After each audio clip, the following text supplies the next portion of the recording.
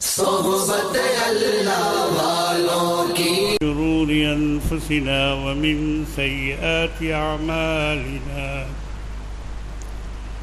من يهده الله فلا مضل له ومن يضلله فلا هادي له ونشهد أن لا إله إلا الله وحده لا شريك له ونشهد أن سيدنا ومولانا محمدا عبده ورسوله صلى الله تعالى عليه وعلى آله وصحبه وبارك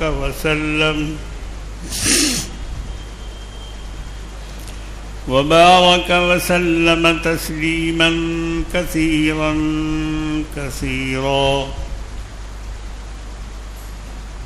أما بعد فأعوذ بالله من الشيطان الرجيم.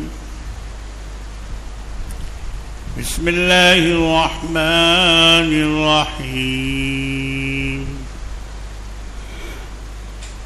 يا أيها الذين آمنوا استعينوا بالصبر والصلاة إن الله مع الصابرين. ولا تقولوا لمن يقتل في سبيل الله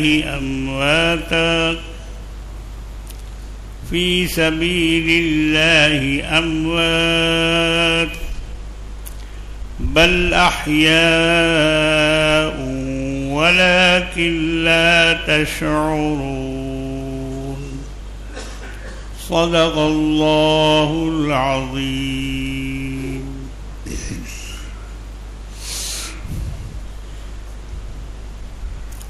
قرآن کریم سے جن آیات کی تلاوت کی گئی ہے،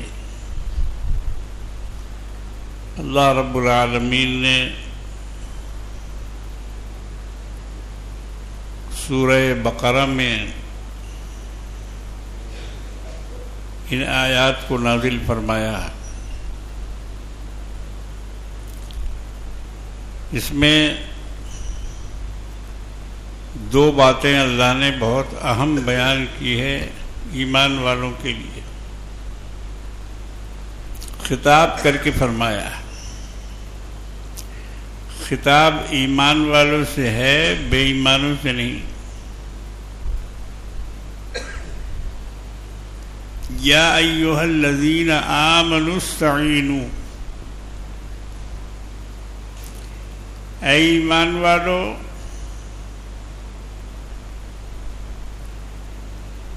مدد طلب کرو.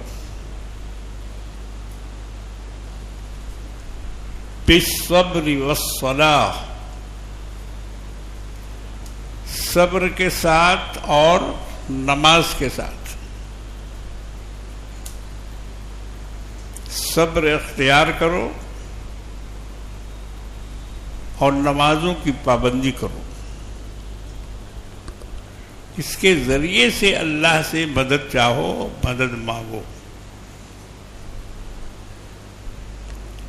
مگر اب بعض لوگ اس کا ترجمہ الٹا کر دیتے ہیں. اچھے اچھے ٹوپا ٹوپی والوں کو ہم نے دیکھا کہ اس کا ترجمہ غلط کرتے ہیں. وہ کہتے ہیں کہ صبر سے مدد مانگو، اللہ کہہ رہا ہے استعینوا بالصبر والصلاۃ، نماز سے مدد مانگو اور صبر سے مدد مانگو. مگر شیطان نے ان کی مٹی اس طرح سے پلید کی کہ ان کو یہ سمجھا دیا کہ بھائی دیکھو، لوگ یہ کہتے ہیں کہ مدد صرف اللہ سے مانگنا چاہیے، مگر یہاں اللہ خود کہہ رہا ہے کہ صبر سے مدد مانگو. یہاں سے لنگڑی ماری انہوں نے. بالصبر، صبر سے مدد مانگو اور نماز سے مدد مانگو. اور آپ کہتے ہیں کہ غیر اللہ سے مدد مانگنا حرام ہے. ایک بہت بڑے مقرر تو نہیں کہوں گا اس کو، مگر مشہور ہیں غازی ملت کے خطاب سے. غازی ملت، ہم تو خطاب سن کے چمک جاتے ہیں، دہل جاتے ہیں کہ اتنے بڑے القاب والے، آداب والے، اور بیان کیا کر رہا ہے؟ شرک کا بیان کر رہا ہے. ایک اچھی بھلی آیت کو شرک کی طرف موڑ دے رہا ہے کہ دیکھو خالی اللہ سے مدد مانگنا نہیں ہے، بلکہ اللہ کہہ رہے ہیں کہ صبر سے مدد مانگو، نماز سے مدد مانگو. کتنا بڑا جاہل ہے وہ،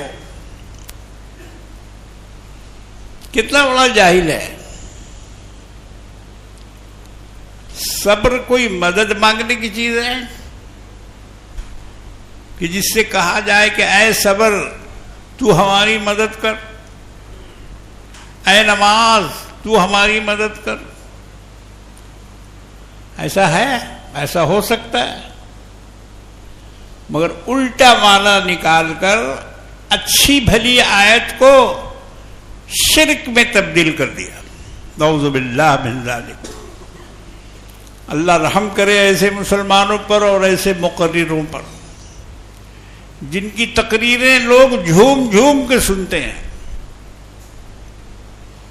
اور القاب و آداب بھی ان کے ساتھ بڑے لمبے چوڑے لگائے ہوئے ہیں، مگر بات کتنی شرکیہ کر رہا ہے.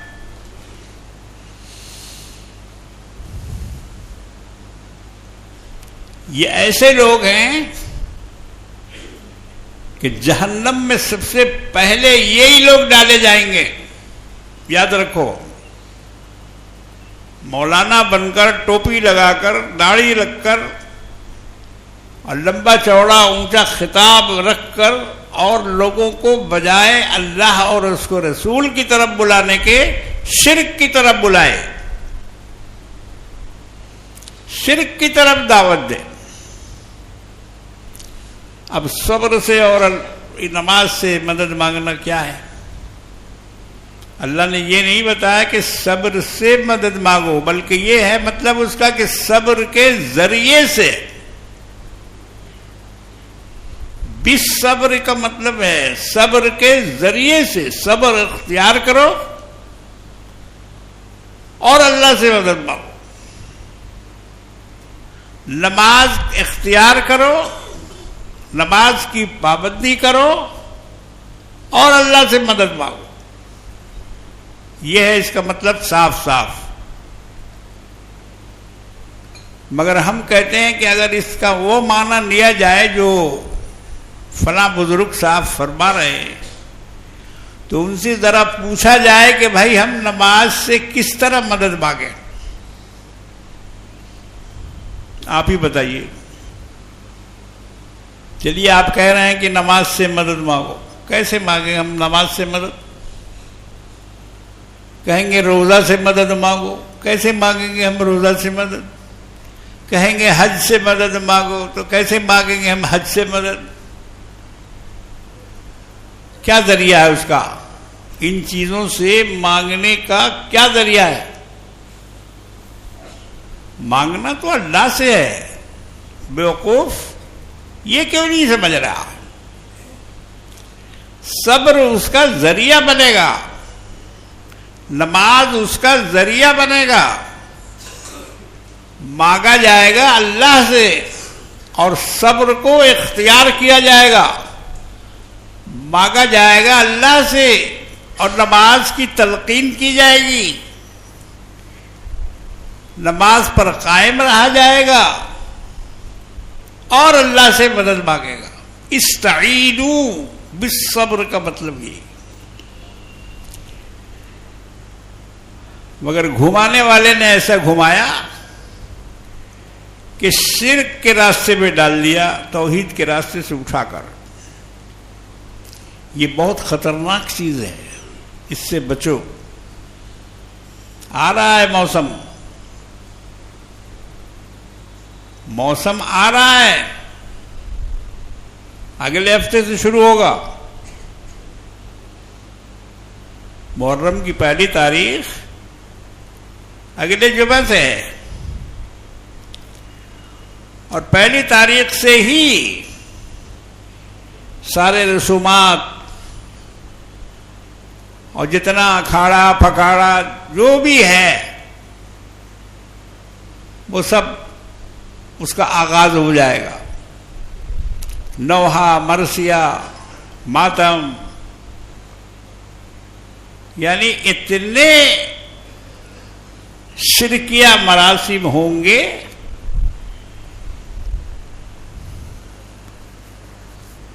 کہ آپ اس سے بچ نہیں سکتے. محال ہے بچنا آپ کا.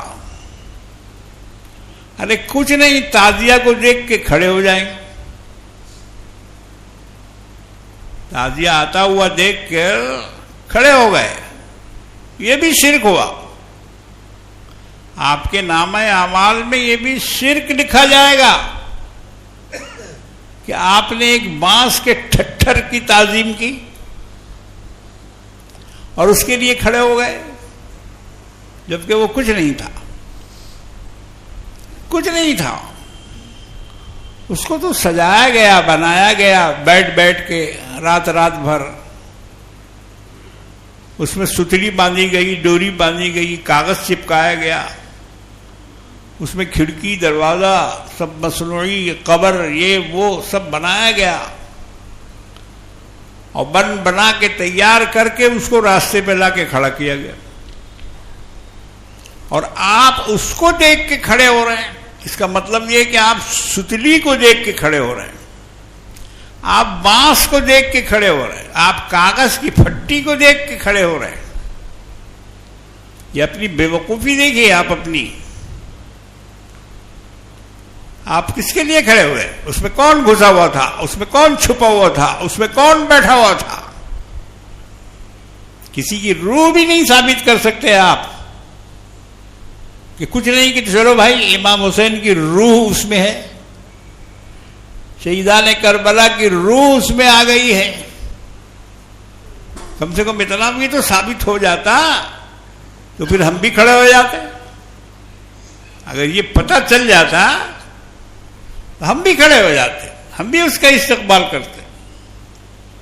مگر کہیں سے کچھ نہیں ہے، کہیں سے بھی کچھ نہیں ہے. جو کچھ ہے اپنے ہاتھ کا بنایا ہوا ہے.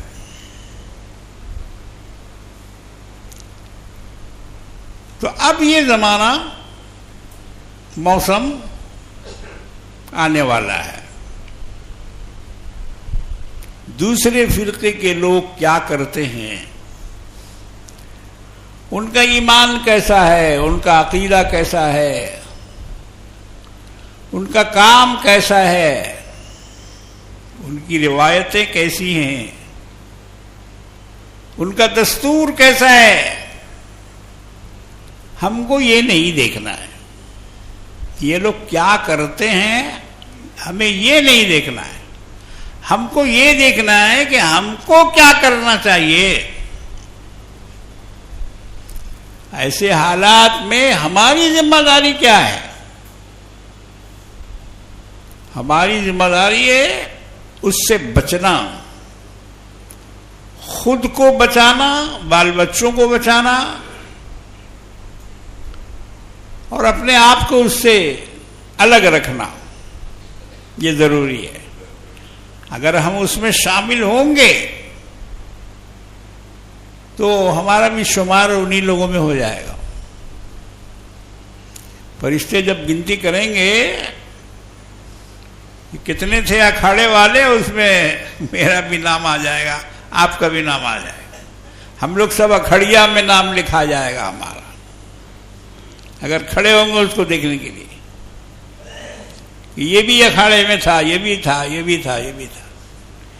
اس لیے اپنا نام اس میں مت لکھوائیے. اس کے شرک ہونے میں کوئی شبہ نہیں ہے. ایک دفعہ کمر ہٹی سے میرے پاس پوسٹر آیا تھا بہت بڑا، تو میں تو چونکہ اللہ کے فضل و کرم سے گزشتہ 55 برسوں سے، میری عمر اس وقت صرف 15 سال کی تھی، 55 برسوں سے شہادت کا بیان کر رہا ہوں. اپنے والد صاحب کے ساتھ ان کے بیان سے پہلے 15 منٹ مجھ کو موقع ملتا تھا جب تک وہ زندہ رہے. پھر آہستہ آہستہ انہوں نے میرا وقت بڑھایا، 15 منٹ سے آدھا گھنٹہ کیا، اور ہم سے کہتے تھے کہ تم بولو. ان کو میرا بیان بہت پسند تھا. تو الحمدللہ 55 برس، ابھی محرم آئے گا، یہ 56واں سال ہوگا میرا اس جگہ بیٹھ کے تقریر کرنے کا. تو بہت کتابوں کو پڑھا، بہت واقعات کو دیکھا، بہت تاریخی روایات پر ہم نے گفتگو کی، الگ الگ موضوع پر وہاں بات کیا. اور اس علاقے کے پڑھے لکھے لوگ، اللہ کا شکر ہے الحمدللہ ثم الحمدللہ، میرے اس بیان سے اتنا خوش رہتے تھے کہ میں آپ کو بتا نہیں سکتا. باقاعدہ مبارکباد دینے کے لیے میرے پاس آتے تھے جب میں تقریر کر کے بیٹھتا تھا وہاں، کہ آج آپ نے یہ بیان کیا، یہ بیان، دل خوش ہو گیا. کوئی کچھ میں سر جھکا کے سن لیتا تھا. اللہ کی تعریف کرتا تھا میں کہ اللہ تیرا کرم ہے، یہ میں کچھ نہیں. دونوں فرقہ، شیعہ بھی اور سنی بھی، جیسا احترام سنیوں کے دلوں میں ہے الحمدللہ، ویسے ہی احترام شیعوں نے بھی کیا میرا. اور کبھی انہوں نے میری مخالفت نہیں کی کہ آپ نے جو یہ بولا غلط بولا. ان کی طرف سے کبھی کوئی پرچہ نہیں آیا، کبھی کوئی آدمی نہیں آیا، کبھی کوئی اعتراض نہیں آیا. حالانکہ میں اپنے عقائد کو بیان کرتا تھا. ایک سنی ہونے کے ناطے ایک سنی کا جیسا عقیدہ ہونا چاہیے، ایک سنی کو جیسا سنی بن کے رہنا چاہیے، میں اپنا بیان اسی ڈھنگ پہ کرتا تھا. قرآن اور حدیث کی روشنی میں آج بھی کرتا ہوں الحمدللہ. اللہ نے اگر موقع دیا تو اس سال بھی وہ بیان ہوگا. اور جس کو بھی سمجھنا ہو وہ آ کے سمجھے. میں قصہ کہانی بیان نہیں کرتا، ایسے ہوا ویسے ہوا، ایسے گئے ویسے گئے، یہ گرے وہ کٹے. جی جیسے کہ لوگ بیان کرتے ہیں شہادت نامہ، اس کا کوئی فائدہ نہیں.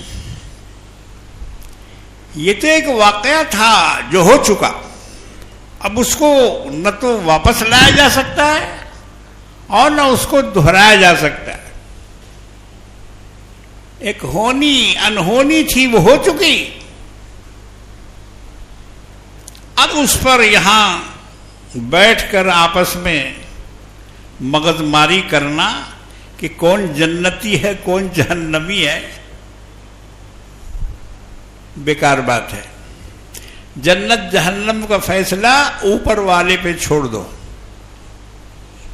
حساب کتاب کے دن پر چھوڑ دو. نہ ہم فیصلہ کر سکتے ہیں اور نہ آپ فیصلہ کر سکتے، اس لیے کہ ہم لوگ اس زمانے میں تھے نہیں، ہم لوگوں نے دیکھا نہیں، ہم لوگوں نے سنا نہیں، تو ہم کیا اس میں اپنی رائے دے سکتے ہیں. حضرت امام احمد بن حنبل رضی اللہ تعالی عنہ، جن کا مسلک ہے حنبلی، 4 اماموں میں سے ایک امام ہے بہت مشہور، سعودی عرب میں انہی کے مسلک پر عمل ہوتا ہے۔ سعودیہ والے اہل حدیث نہیں ہیں۔ جو لوگ یہ سمجھتے ہیں کہ وہ لوگ اہل حدیث ہیں، غیر مقلد ہیں، نہیں، غیر مقلد نہیں ہے۔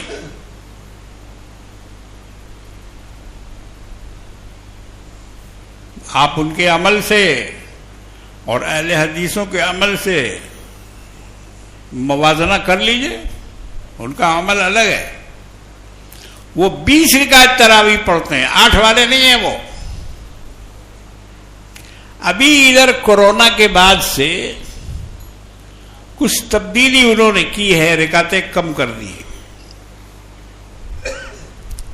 اور ایک روایت کو انہوں نے اپنا بیس بنایا ہے کہ ایسے حالات میں، ایسے موقع میں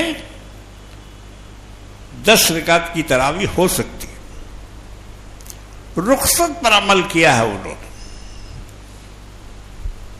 حکم پر نہیں، رخصت پر عمل کیا ہے، اس وجہ سے 10 کی تراویح وہاں ہو رہی ہے، ورنہ اصل تراویح جو ہے وہ 20 ہی ہے۔ اللہ کے رسول کے زمانے میں 20 رکعت تراویح ہوئی۔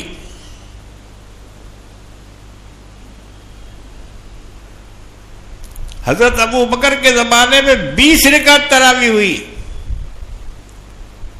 اور عمر رضی اللہ تعالیٰ عنہ نے تو اس کو اور مضبوط کر دیا، ایک امام کے ساتھ کھڑا کر دیا۔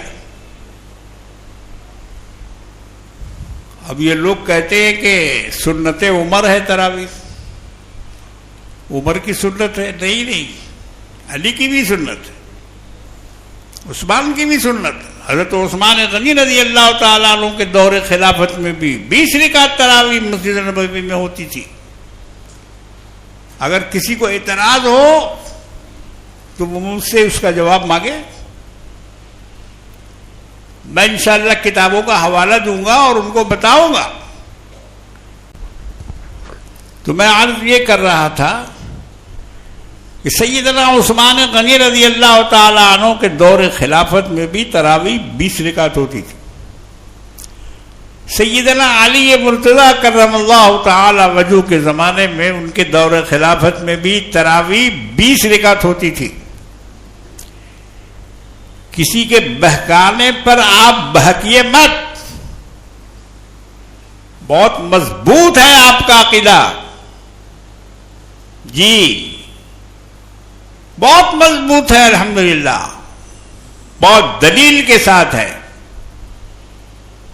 ایسے ہی ہمارے بزرگوں نے مکھی پہ مکھی نہیں مار دی، چھان پھٹک کی ہے انہوں نے، اور اس کے بعد اس پر قائم ہوئے ہیں اور امت کو قائم کیا ہے۔ چاروں امام، ابو حنیفہ، امام احمد بن حنبل، امام شافعی، امام مالک، یہ چاروں ائمہ متفق ہیں 20 رکعت کی تراویح پر، اور 3 طلاق کی بنیاد پر بھی یہ تینوں امام متفق ہیں۔ یہ تینوں امام متحد ہیں، ان میں سے کوئی بھی اختلاف نہیں کرتا ہے، مگر کچھ لوگ حدیث کے نام پر لوگوں میں اس طرح کی غلط چیزیں پھیلا رہی ہیں۔ اب جیسے مثال کے طور پر چوتھے دن کی قربانی، 3 دن کی قربانی ہے، چوتھے دن میں قربانی نہیں ہے، مگر ادھر سے ادھر سے ٹان کے گھسیٹ کے لاتے ہیں روایت اور کہتے ہیں کہ چوتھے دن بھی قربانی کرو، جبکہ یہ بالکل غلط ہے۔ اگر چوتھے دن کوئی قربانی کرے گا تو اس کی قربانی نہیں ہوگی، اچھی طرح سمجھ لو۔ علامہ ابن قیم رحمۃ اللہ علیہ نے اپنی کتاب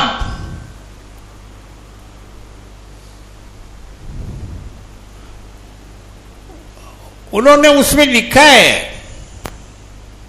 زاد المعاد میں،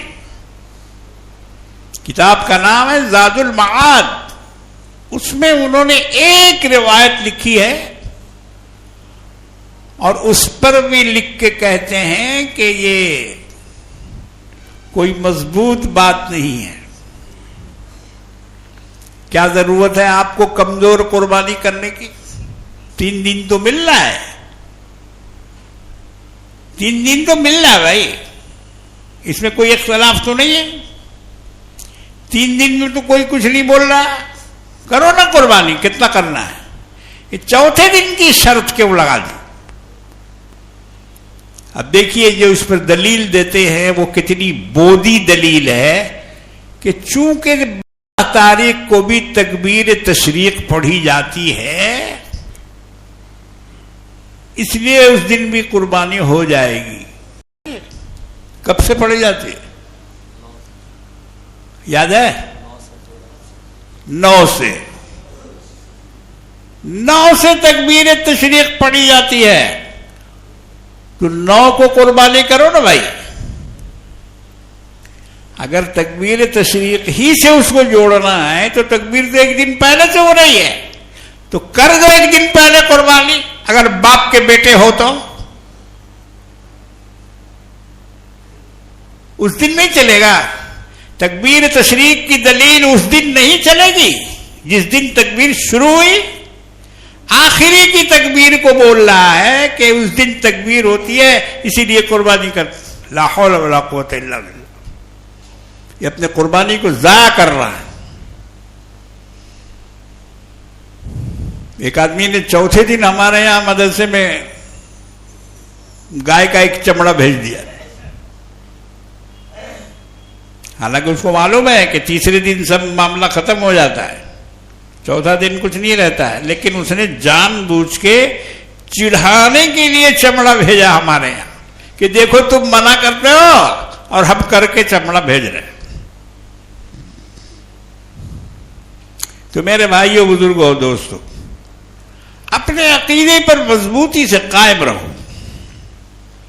ابھی جو کچھ تماشا تمہارے سامنے آنے والا ہے یا لوگ اس کی تیاری کر رہے ہیں، بہت سے لوگ تیاری کر چکے ہیں، گاؤں گاؤں اس کو پھیلا دیا ہے. کیوں؟ اس لیے کہ اس میں ناچ ہے، کود ہے، اچھل ہے، موج ہے، مستی ہے، جی ڈھول ہے، تاشا ہے، باجا ہے، گاجا ہے، وہ سب کو لا کے اس میں جتنا بھی انٹرٹینمنٹ ہوتا ہے لوگوں کی دلچسپی کے لیے، عوام کی دلچسپی کے لیے، وہ سب لا کے اس میں گھسا دیا. اس میں ناچو بھی، کودو بھی، اچھلو بھی، گاؤ بھی، بجاؤ بھی، سب کچھ کرو. اب عوام ہے، عوام تو کل انعام ہوتے ہی ہے، ان کے اندر اتنی سمجھ کہاں ہے.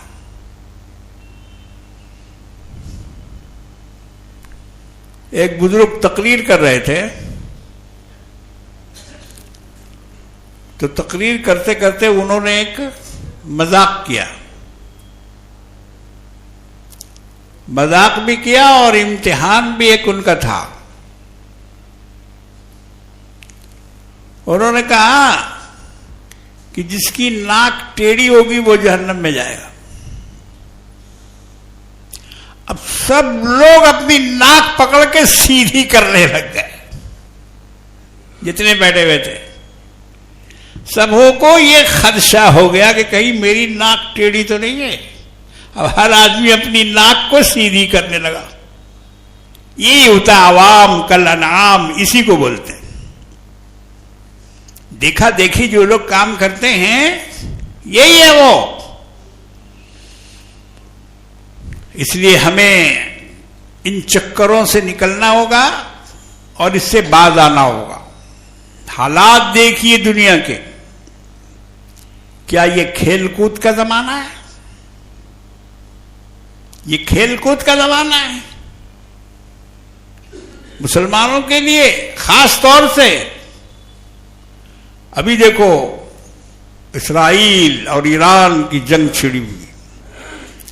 دعا کرو کہ اللہ تبارک و تعالی اہل ایمان کو، اہل اسلام کو فتح نصیب فرمائے. اگرچہ ایرانیوں سے ہمارا اختلاف ہے عقائد کا، مگر اس معاملے میں ہم ان کے بالکل ساتھ ہیں، کیونکہ ان کے اوپر ایک یہودی حملہ آور ہے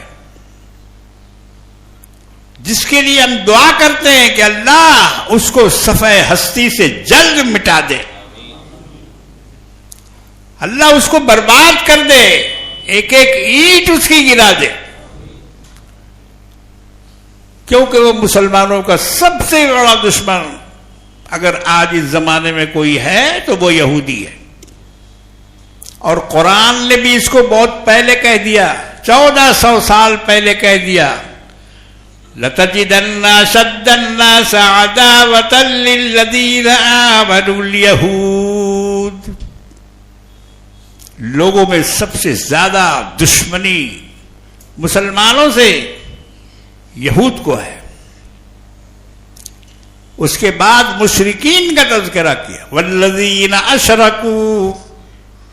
دوسرے نمبر پر مسلمانوں کے اور اہل ایمان کے دشمن مشرک ہیں.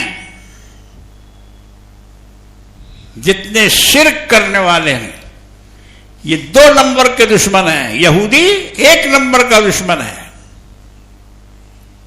ان دونوں سے بچ کے رہو، ان دونوں کے حربوں سے، ان کے ہتھیاروں سے، ان کے حملوں سے، ان کی سازشوں سے، ان کی تدبیروں سے اپنی حفاظت کا بندوبست کرو.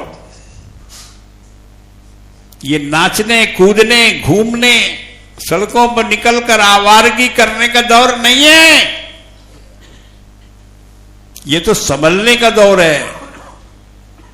اپنے آپ کو سنبھالو، اپنے بال بچوں کو سنبھالو، اپنی عورتوں کو سنبھالو. محرم میں زیادہ تر بدعات اور خرافات عورتیں کرتی ہیں. گگرا لے کے جانا، امام باڑوں میں جانا، اور نہ جانے کیا کیا یہ مسلم سنی عورتیں کرتی. سنیوں کے ہاں یہ سب رسم و رواج ہے، اس کو ختم کرو، نہیں تو اللہ کی رحمت نازل نہیں ہوگی. اللہ کی رحمت نازل نہیں ہو سکتی ہے ایسے لوگوں پر جہاں شرک اور بدعات کا کام ہوتا ہو. یہ سب بدعتیں ہیں، یہ سب شرک ہے. اور ہم کو شرک بولنے میں کوئی پریشانی نہیں ہوتی ہے کہ کیوں شرک بول رہے ہیں. بہت سے لوگوں کو اس لفظ سے چڑ ہے کہ ارے کیا ہر وقت شرک شرک شرک شرک کرتے رہتے. شرک سوار ہے ذہنوں پر اور خالی شرک کے بارے میں بولتے رہتے. ارے بھائی شرک ایسی چیز ہے ہی ہے کہ اس سے ہر سانس میں بچنے کی ضرورت ہے، اور اگر نہیں بچو گے تو یہ تم کو سیدھا جہنم میں لے جائے. سیدھا، کوئی روک نہیں سکتا ہے، کسی کی سفارش کام نہیں آ سکتی، کوئی بخشوا نہیں سکتا ہے. نہ پیر، نہ مولانا، نہ صوفی، نہ صافی، نہ بزرگ، نہ پیغمبر بھی نہیں بخشوا سکتے ہیں.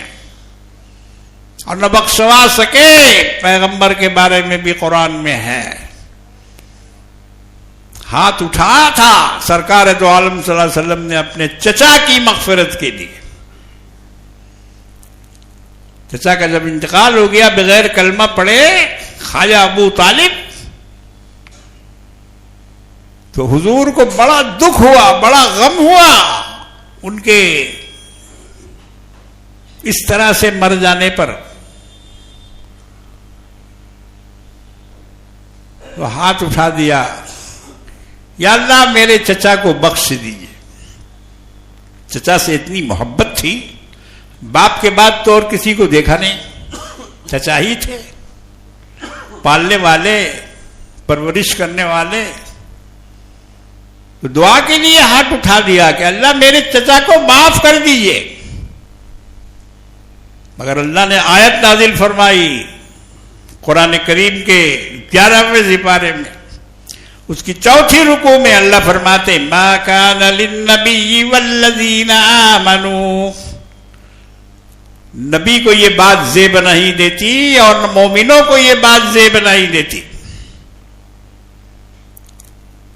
ان یستغفروا للمشرکین، کہ وہ مشرکوں کی مغفرت طلب کریں جن کی موت شرک پر ہوئی ہے، جو مشرک بن کے مرے ہیں. نبی کو یہ زیب نہیں دیتا کہ وہ ان کے لیے مغفرت کی دعا کریں. ما کان للمشرکین ما کان للنبی والذین آمنوا ان یستغفروا للمشرکین ولو کانوا اولی قربا. اللہ نے اس میں یہ بھی جوڑ دیا کہ چاہے کہ وہ جتنے بھی نزدیکی رشتہ دار ہوں، یہ بھی جوڑ دیا. ایسا نہیں ہے کہ نزدیکی ہیں تو ان کے لیے اجازت ہے، نہیں، ولو کانوا اولی قربا، چاہے ان سے جتنی بھی قرابت کا رشتہ ہو. اے نبی آپ ان کی مغفرت کے لیے دعا مت کیجیے، آپ دعا کے لیے ہاتھ مت اٹھائیے. تو میرے بزرگوں دوستو، یہ اتنی خطرناک چیز ہے کہ نبی کے چچا کو بھی معاف نہیں کیا اسے، نبی کو بھی اللہ نے روک دیا، مت دعا کیجیے. یہ قرآن ہے، میں کوئی مولود کی کتاب نہیں پڑھ رہا ہوں، قرآن میں یہ آیا ہے. اس لیے میرے بھائیوں بزرگوں دوستو، جتنے بھی شرکیہ اعمال ہیں ان سے بچنے کی، پرہیز کرنے کی کوشش کیجیے. اللہ تبارک و تعالی ہم سب کو اس کی توفیق مرحمت فرمائے. وآخر دعوانا الحمد للہ رب العالمین.